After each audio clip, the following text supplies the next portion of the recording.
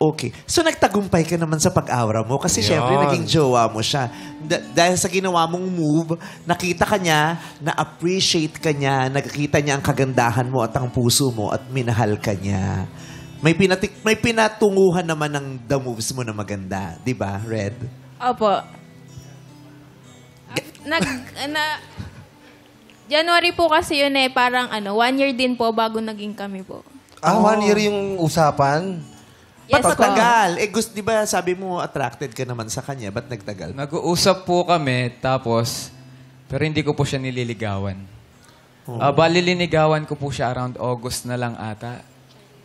Pero super close po kami na parang may, yun nga, yung tinatawag nilang BFF premium, kumbaga. Tinatawag Friendship nilang route. BFF Premium.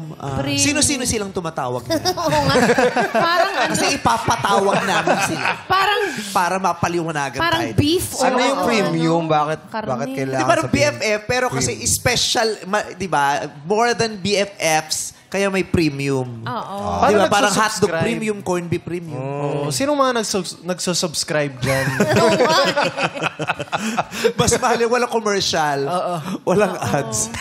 Tawang-tawa ako dun sa pag nagbabasa ako ng mga comments. Yung sa YouTube. Eto din talaga, kung kailan pinakamaganda yung part, tsaka lalabas talaga yung palatastas.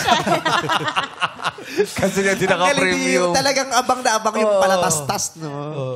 So, kahit isang taong kayo naghintay, it was worth it, di ba? Yes, Napunta po. naman sa gusto nyo din. Ganyan naman kaganda po yung hihintayin. Bakit?